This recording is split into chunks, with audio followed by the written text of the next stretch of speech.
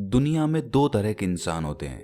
एक वो जो बहुत ही भावनात्मक होते हैं, बहुत ही संवेदनशील होते हैं। जब उनके किसी प्रियजन की मृत्यु हो जाती है या उन्हें कोई चोट लग जाती है या दूसरों को वो दुखी देख लेते हैं तो वो खुद भी बहुत दुखी हो जाते हैं। ये होते हैं पहले तरह के इंसान। और दूसरे तरह के इंसान वो होते हैं जिन्हें कोई फर्क ही नहीं पड़ता है, चाहे उनके सामने धरती उलट पलट क्यों ना हो जाए, लेकिन उन्हें कोई फर्क नहीं पड़ता। उनकी दिनचर्या एक जैसी ही बनी रहती है। तो सवाल ये उठता है कि जो ज्यादा संवेदनशील होते हैं, क्या वो जीवन में ज्यादा दुखी रहते हैं या फिर संवेदनशील होना एक अच्छी बात है? इस बात को हम महात्मा बुद्ध की एक कहानी के माध्यम से समझने की कोशिश करेंगे। दोस्तों, जिस तरह मैं अपनी कहानियों से आप सबको मोटिवेट करता हूँ, वैसे ही आपका सब्सक्राइब करना मुझे मोटिवेट कर देता है। तो इस चैनल को अभी सब्सक्राइब जरूर कर लें। चलिए कहानी शुरू करते हैं। एक बार एक आदमी महात्मा बुद्ध के पास आया और महात्मा बुद्ध से बोला कि मुझे ऐसी शिक्षा दो कि मुझे आपके दिए हुए ज्ञान को समझने में आसानी हो सके और मैं आपके दिए हुए ज्ञान को आसानी से समझ सकूं। तब महात्मा बुद्ध ने कहा कि तुम्हारे कोई बेटा है? तब वो आदमी बोला कि हाँ, मेरे एक बेटा है। तब फिर महात्मा बुद्ध ने उस आदमी से पूछा कि तुम्हारे भाई के कोई बेटा है? तब उस आदमी ने कहा कि हाँ, मेरे भाई के भी एक बेटा है। महात्मा बुद्ध ने उस आदमी से फिर पूछा, क्या तुम्हारे पड़ोसी के कोई बेटा है? तो उस आदमी ने फिर से कहा कि हाँ, मेरे पड़ोसी के भी एक बेटा है। इस पर महात्मा बुद्ध ने उससे पूछा, क्या कोई ऐसा आदमी है जिसे तुम जानते हो लेकिन वो तुम्हें नहीं जानता, और क्या उसके भी कोई बेटा है? तब उस आदमी ने कहा कि हाँ, एक आदमी ऐसा है जो मुझे नहीं जानता लेकिन मैं उसको जानता हूँ और उसके एक बेटा भी है। फिर महात्मा बुद्ध ने उस आदमी से पूछा कि चलो बताओ कि अगर तुम्हारे बेटे की मृत्यु हो जाए तो तुम्हें कितना दुख होगा? तो उस आदमी ने कहा कि उस दुख को तो मैं आपको बता भी नहीं सकता कि मुझे कितना दुख होगा। मैं क्या करूंगा उसके बिना? मेरी तो सारी दुनिया ही खत्म हो जाएगी उसके बिना तो मैं मर जाऊंगा। मैं मेरे बेटे के बिना तो मेरा जीवन सोच भी नहीं सकता। फिर महात्मा बुद्ध ने उससे पूछा कि तुम्हारे भाई के बेटे की मृत्यु हो जाए तो तुम्हें कितना दुख होगा? तब उस आदमी ने कहा कि मुझे तब भी बहुत दुख होगा, लेकिन मुझे उतना दुख नहीं होगा जितना कि मुझे मेरे बेटे की मृत्यु पर होगा।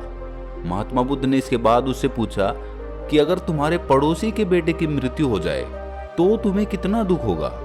तब वो आदमी बोला कि मुझे तब भी बहुत दुख होगा, लेकिन इतना दुख नहीं होगा जितना कि अपने भाई के बेटे की मृत्यु पर होगा।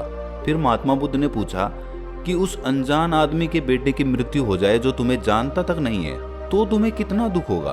इस पर उस आदमी ने उत्तर दिया कि तब शायद मुझे बिल्कुल भी दुख नहीं होगा, क्योंकि मैं उस आदमी को जानता तक नहीं हूँ। इसके बाद महात्मा बुद्ध ने उस आदमी से पूछा कि चलो अब ये बताओ कि हमारा दुख किस बात पर निर्भर करता है? उस आदमी ने कुछ देर सोचने के बाद कहा कि हमारा दुख इस बात पर निर्भर करता है कि हम किस चीज से कितने जुड़े हुए हैं, हमारा उससे कितना लगाव है और हम उसे किस हद तक चाहते हैं। इस बात पर निर्भर करता है कि मुझे कितना दुख होगा। फिर उस आदमी से महात्मा बुद्ध ने पूछा कि अगर तुम अपने बेटे को समुद्र के पास लेकर जाओगे तो क्या वो रेत में नहीं खेलेगा? तब उस आदमी ने कहा कि हाँ, वो रेत में जरूर खेलेगा, कोई भी बच्चा खेलेगा। तब महात्मा बुद्ध ने उससे पूछा कि अगर समुद्र की लहरें तुम्हारे बेटे के बनाए हुए मिट्टी के घर को तोड़ देंगी तो क्या वो रोएगा? तब उस आदमी ने कहा कि हाँ महात्मा जी, वो रोएगा। फिर महात्मा बुद्ध ने पूछा कि क्या तुम उसके साथ रोओगे? तब उस आदमी ने कहा कि नहीं, मैं उसके साथ क्यों रोऊंगा, वो तो बच्चा है, उसे लगता है कि ये घर बहुत सुंदर है और ये हमेशा बना रहे। उसका उसके साथ जुड़ाव हो गया है, उसकी भावनाएं उसके साथ जुड़ गई हैं। लेकिन मैं तो ये जानता हूँ कि वो रेत का घर है और वो हमेशा बना नहीं रहेगा और कुछ समय बाद उसे लहरों से टूटना ही होगा। इस पर महात्मा बुद्ध मुस्कुराए और बोले कि अब तुम्हें समझ आ गया है। अगर तुम इस संसार की सच्चाई को जानने की कोशिश नहीं करोगे तो तुम भी ऐसे ही चलते जाओगे और तब तुमको भी अपने घर के टूटने का दुख होगा और तब तुम में और उस बच्चे में कोई फर्क नहीं रहेगा। हम सब लोग दुनिया के इस जीवन को सच मानकर उसमें जीते रहते हैं, तरह तरह के छल करते हैं, कपट करते हैं, लालच करते हैं, द्वेष करते हैं और ये सोचते हैं कि ये जीवन ही परम सत्य है। लेकिन असल में महात्मा बुद्ध के अनुसार ये वही मिट्टी का घर है जिसे लहरें तोड़ देंगी, क्योंकि जब मृत्यु आती है तो ये मिट्टी का घर ध्वस्त हो जाता है, ये यहीं रह जाता है और आदमी का शरीर भी इसी दुनिया में छूट जाता है, वो मिट्टी बन जाता है आखिर में। लेकिन हम उस मिट्टी के शरीर के लिए क्या क्या नहीं करते हैं।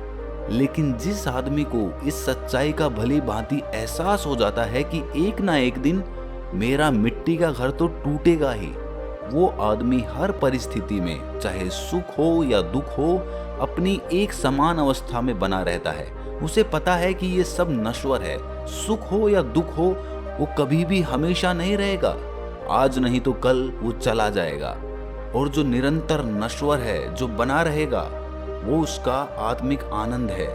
और जब आदमी इन सब चीजों से पार पाता चला जाता है, जब ये समझ लेता है कि ये सब चीजें हमेशा नहीं रहने वाली है, तो धीरे धीरे उसमें ध्यान का बीज उगने लगता है, जो उसको वो दृष्टि देता है जो जीवन और मृत्यु के परे होती है।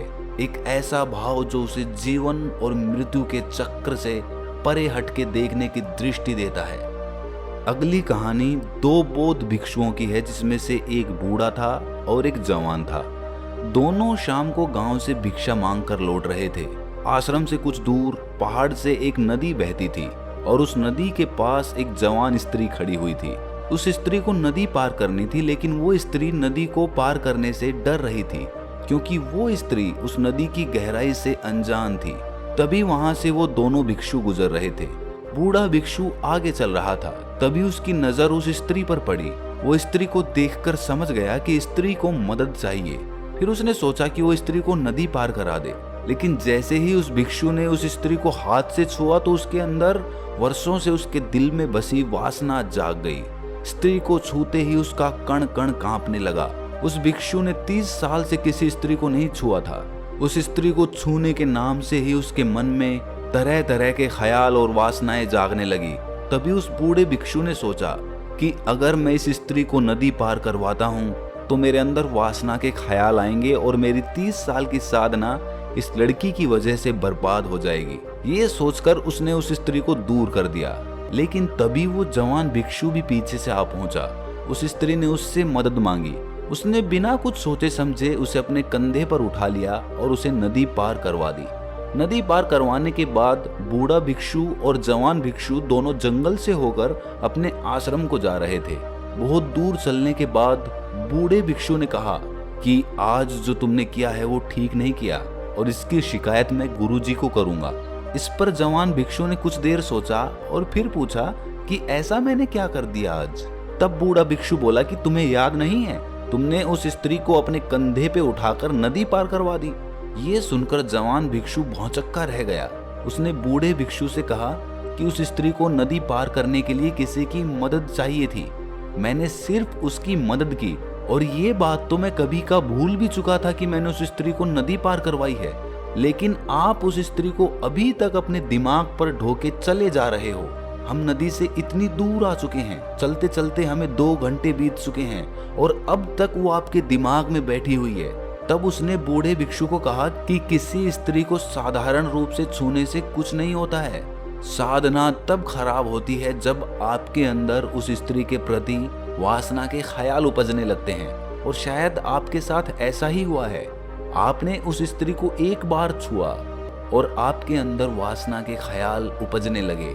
आपने सोचा होगा कि ये स्त्री मेरी वर्षों की साधना को भंग कर देगी, लेकिन महात्मन, आपके अंदर वासना के ख्याल तो उपज ही चुके थे।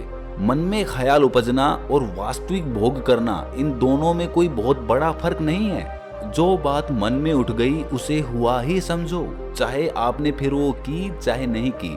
तो सबसे पहले मन पर नियंत्रण जरूरी है। तो दोस्तों, कैसी लगी आपको ये कहानियाँ कमेंट सेक्शन में ज़रूर बताएं, और ऐसी ही कहानियाँ सुनते रहने के लिए हमारे चैनल को सब्सक्राइब ज़रूर कर लें। तो मिलते हैं अगली किसी कहानी में, तब तक के लिए अपना ख्याल रखें।